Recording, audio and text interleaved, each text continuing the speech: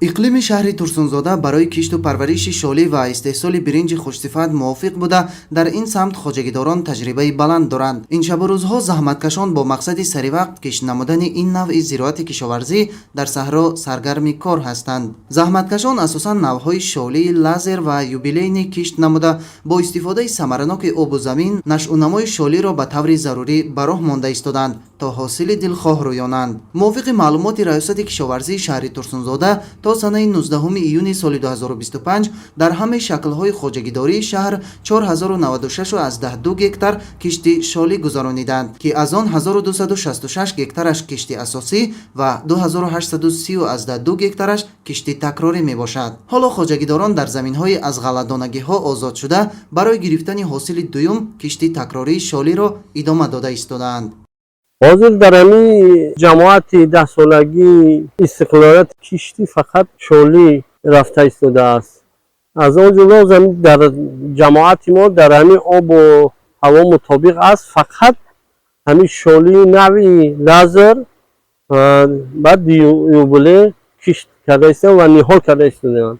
юбилея пошида истодаанд, лазера ниҳол карда истодаанд. айни ҳол ҳосили бисёр хуб ба даст меорам, барое ки ҳавош нисбат ба дигар ҷо фарқ дорад, фарқи калон дорад, ки гармтара нисбат ба дигар ҷамоатҳо.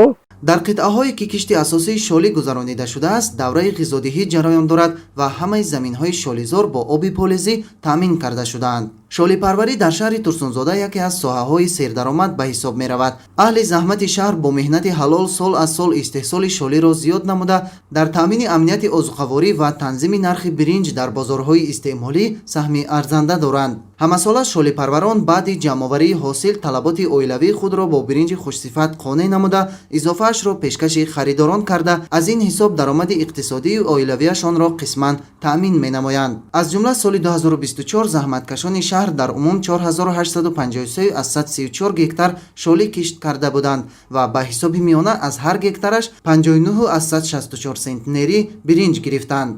дар шаҳри Турсунзода ин шабу рӯз ба парвариши дурусти пахта низ аҳамияти аввалин дараҷа дода мешавад. имсол кишоварзон дар майдони 687 гектар замин кишти пахта гузарониданд, ки 156% дурнаморо ташкил медиҳад. ҳоло нашъунамои ин навъи зироати техникӣ дар марҳилаҳои гуногун қарор дошта, чорабиниҳои агротехникӣ аз ҷумла озуқадиҳӣ, ягонакунӣ, чобуқ ва нармкунӣ байни қаторҳо ба роҳ монда шудааст. Фаридуни Субҳон, Садриддини Иброҳим, шаҳри Турсунзода.